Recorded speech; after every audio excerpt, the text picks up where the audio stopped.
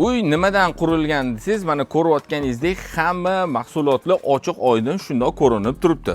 Poliga keladigan bo'lsak, aka sichqon kirishiga zashitalarigacha ko'rayotganingizdek qo'yib qo'yilgan. Bu yon tarafida bo'lsa, xullas havo aylanadigan joylarigacha qoldirib ketilgan. Xuddi mana shu uyimizni Amerikaga olib borib qo'yib qo'yadigan bo'lsangiz, Amerikaning standartiga ham 100% javob beradigan standartlarda qilingan. Chunki bu narsani nimaga aytayapman aka?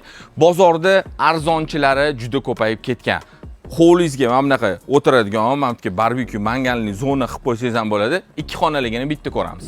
Kirdik, bizani mana shunaqa bitta xonamiz kutib oladi. Bu zal bilan oshxona studiyniy formatda. Narsalarni qo'yishga tepada joyimiz bor.